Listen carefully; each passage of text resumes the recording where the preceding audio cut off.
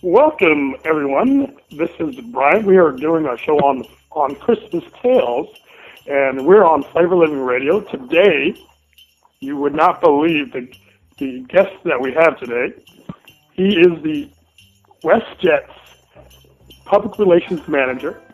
His name is Robert Palmer, and he's from Calgary, Canada. He's in Calgary, Canada. How are you doing, Mr. Palmer? I'm well, Brian. How are you? All right. How's it going? There was a YouTube video sensation that it's called the WestJet Christmas Miracle. 26 million views on YouTube, and you guys put something together for the passenger on November. It happened on November the 21st. That's right. Yeah, we shot the video and we held the event. Actually, in that order, we held the event and then made a video of it. Right. On the 21st of November, that's right, in Toronto, Calgary, and in Hamilton, Ontario, which is just west of Toronto. Wow. So, from WestJet Airlines, you're in Calgary. Now, what I understand from the video, because I looked at it, I was like, oh my gosh, that's awesome. Basically, there were two flights, one from Toronto going to Calgary and one from Hamilton, Ontario going to Calgary. That's correct, yes. Two flights and total of about 250 guests between the two aircraft. Okay. And those flights last about 4 hours, both of them, roughly. Wow, so everybody, the WestJet staff kept it a secret. Now, when did you guys start to plan for this? When did it start to plan? Did you guys, my girlfriend asked me, she said, did they rehearse this? Did they rehearse it before it started? Or how'd that happen? Well, all good questions. I guess the story goes back to last Christmas when we did a flash mob in the boarding lounge at the Calgary International Airport with our guests. And so that was the first time that we had done something at Christmas. We've been doing something at April Fool's for years now. And our April Fool's videos are funny, hilarious. Yeah, they are funny. Famous in the airline space, so people look forward to those. So we have kind of a long history of having fun with our guests, and after last Christmas, we decided we should do something again, but really didn't have a strong sense of what that was going to look like. Okay. So we started brainstorming in the summer, and it really started to come together in August of this year. So it took a couple of months to put it together, and I think it turned out well. It certainly was something that our guests really enjoyed, and that was the motivation for it. We have a long history of having fun with our guests. Our corporate culture at WestJet is fun, friendly, and caring. And of course, the first word in that is fun. So we've always wanted to do this sort of thing with our guests and for our guests, whether it be at our check-in counters, right, on the aircraft. For your listeners in the United States, we're a little bit like JetBlue, plus a little bit of Virgin America, plus a little bit of Southwest. So kind of wrapped all into one. Wow. Our flight crews are a lot of fun. We like to have fun with our guests, and really this Christmas video was part of that. Wow, so there was 175 WestJet associates, employees who came together for the project. Yeah, 175 WestJetters, as we call our staff, WestJetters. Okay. They were the ones that volunteered their time to put this thing together. And the logistics of it was probably the biggest challenge because, of course, as I mentioned before, those two flights are roughly 4 hours long. Okay. Last from Hamilton, but call it 4 hours. So that's all the time they had from the point at which where the plane is up in the air. Took off. You guys must have just had Sprint, put the Sprint mold in, and it was Sprint shopping. Okay. And I think that those four folks who did that shopping in that time are probably still pretty tired weeks later, and they don't probably want to do any shopping. Now this is what I was looking at. There was a total of 357 gifts in 4 hours. In 4 hours. Yeah, they had to. It was real time giving, is what we called the video, because we had a digital video link connecting Santa with the people in the boarding lounge, Okay. and then all of their wishes were then transmitted instantaneously, of course, back to Calgary, where our head office here is here in Western Canada. Okay. And we decided. Obviously, we were going to send those people out as soon as we got those wishes. So they had 4 hours basically to get out to the stores. Unfortunately, we had a couple of retail partners that came on board that made things considerably easier. Right, much more smoother. Okay. Yeah. Yeah. Sure. And then they had to buy the presents. They had to bring them back here to the office. They had to wrap all of them. 350 some gifts. Wow. All wrapped in boxes and labeled with the names of our guests. Wow. And then they had to be loaded into cargo vans and driven back to the airport, where they were loaded, obviously, into the baggage carousel system, so that when the system started up and the people were waiting for their bags, the first thing they saw were the gifts they'd asked for. Now, that has to have been, I mean, if it's not a Guinness World Record, that could be in the Guinness World Record. Yeah, absolutely. You know what I mean? That could be in the Guinness World Record right there. Well, it's up over, as of the beginning of this week, it's up over 28 million now, and I think probably by the middle of the week, could be looking at 30. Yeah, because I have looked at it myself I contribute about 5 times myself. Yeah. You know, just looking at the video. You know, just now they're sharing it with their friends and their family, and that's really one kind of the spin-off benefits that we're seeing with this, is that we're hearing stories of people who are actually going out and buying coffee for people in coffee shops after they see the video. They're wow. So give equals give. More give. Pay it forward style. Yes. Type of things like that, because they feel kind of inspired by it. And again, when you produce something, you obviously hope that people are going to enjoy it, but you really don't have any idea what's going to happen. And certainly this is far beyond our wildest dreams. We would never have imagined in a million years that this would catch on the way that it has. And obviously we're thrilled, because although we did it for our guests to have fun, and obviously the purpose of videotaping it was so that we could share with a broader audience, and at this sort of magical time of year. Yes, because people are they want happiness and good, So that was rare, and it was really unique.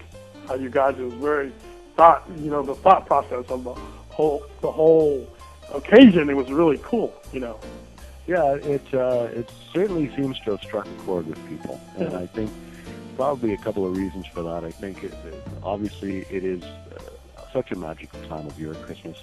I think that's one of the reasons for it.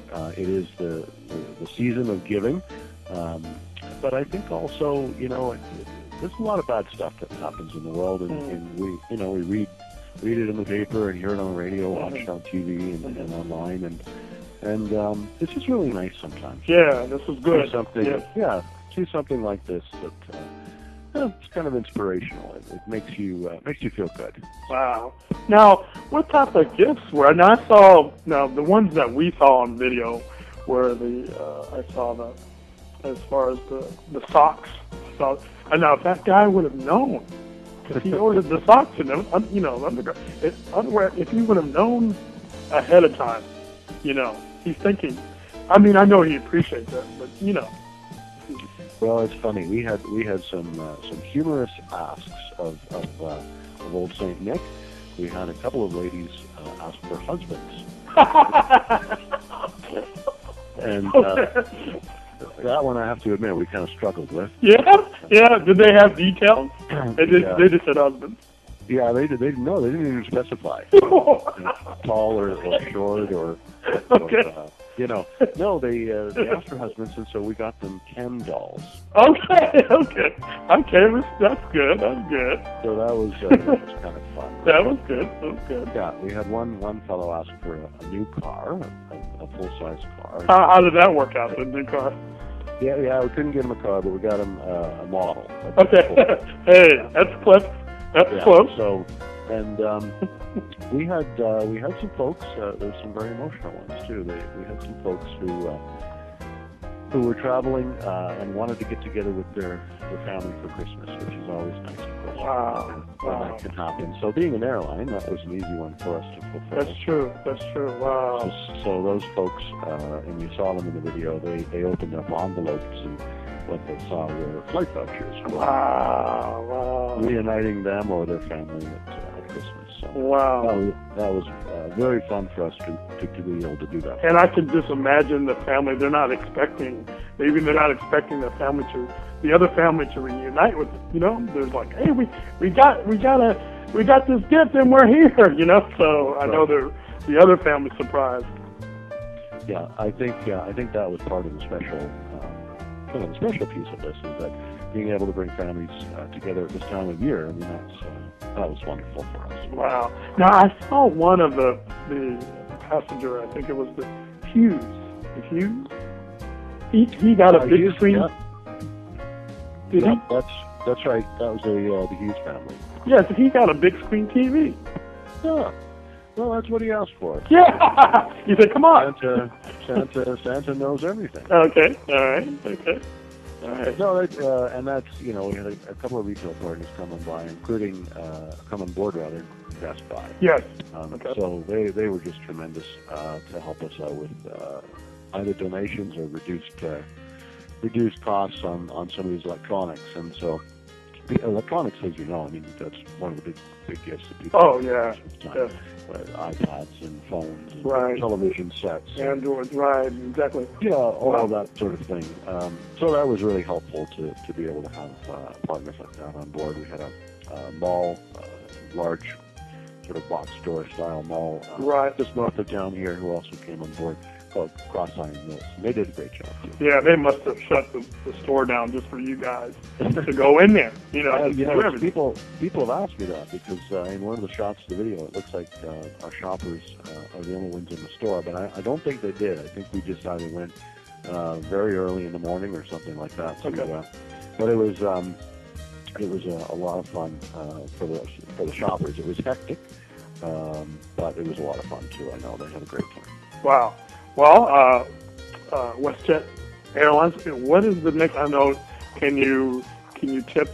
I know you guys are. Can you tip and say what's the next project, or is there? Well, that's a very good question. I've been asked a few times what we're going to do next year for Christmas, and I've said I have no idea. I know you can't tell. I tried to get. Be the first one. I'll tell you what. In North America, in America. We're going to have to start thinking, Brian, right away here. Okay. If you think about it, because I would like to know if you're going to do the WestJet Christmas Miracle, I would like to be in the airport. Oh, I'm sure everybody would. Yeah, during that time because next Christmas you're going to have a lot more people in the airport. There we go. No, I think we're definitely going to have to do something completely different now. Yeah, of course. I don't think we can do the same thing for obvious reasons. But the next project on the calendar year coming up here, I guess the next one would probably be our April Fool's video. Yeah. Okay. As I said off the top of our conversation, we've done a number of them now. And they've become really popular in the airline space. Okay. There are not the only company, of course, that does April Fool's videos by any stretch of the imagination. Yes. Ours are kind of fun, and so very funny. That'll be the next thing on the calendar, I guess. Okay. All right. Yeah. Well, we have Robert Palmer from WestJet Airlines in Calgary, Canada. But now, one more thing. I know we are a food radio show, but we had to get you guys on. This is very.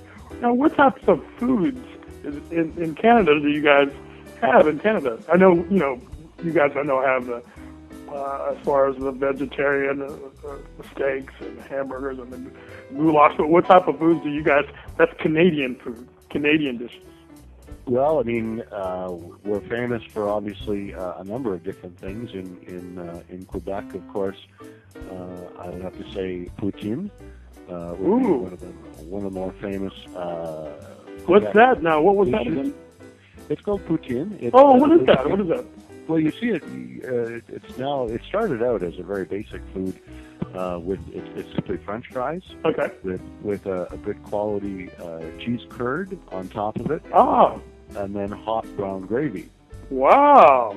But it's actually it's been around for years and years and years. Okay.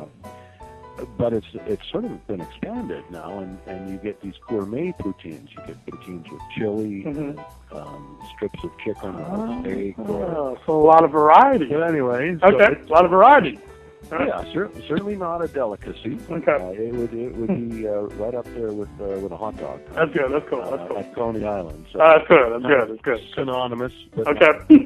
Not a gourmet food by any means. Okay, gotcha. Like you can get this at a hockey game in Canada. Not necessarily all arenas, but yeah, you're right. Okay. I mean, you can get a burger and a poutine or something like that. Okay. It's really not good for you, but it's really quite yummy. Okay, that's good. That's fair.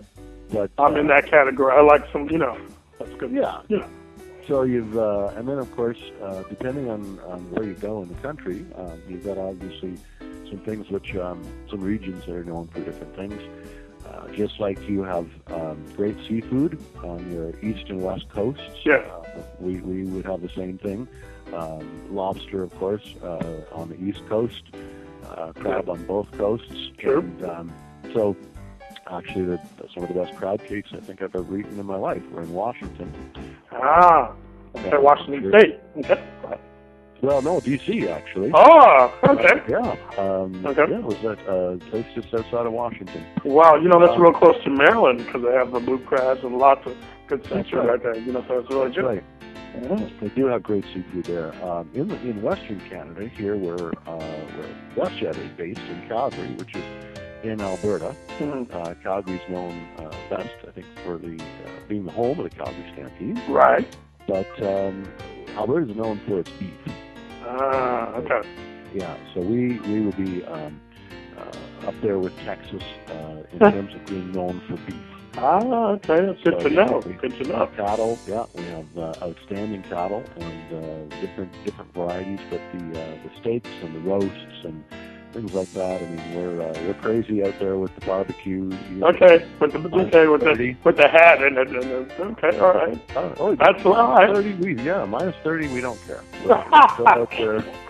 We're still out there like fiends because you know what, we're used to it. Okay, that's right. You're like, hey, this is our food. This is our our meat, our good food. Hearty meal, like hearty food.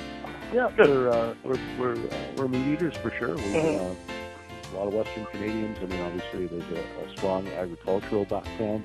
Okay. In the West, same as there would be, say, in the Midwest in the United States, where there's a lot of folks that have mixed farms. They raise grain and cattle. Okay. And we're definitely meat eaters out here for sure. Wow. So you just educated me and our listeners on Flavor Living Radio when they go to Calgary. That's right. So if you come to Alberta, the Providence of Alberta. State. Okay. All right. Yeah. Well, I want to thank you for being on Flavor Living Radio.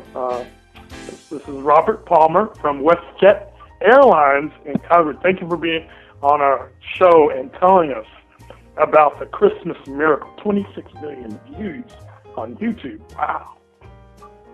Thank you, Brian. It's my pleasure. Thanks very much for having me. Wow. Thank you.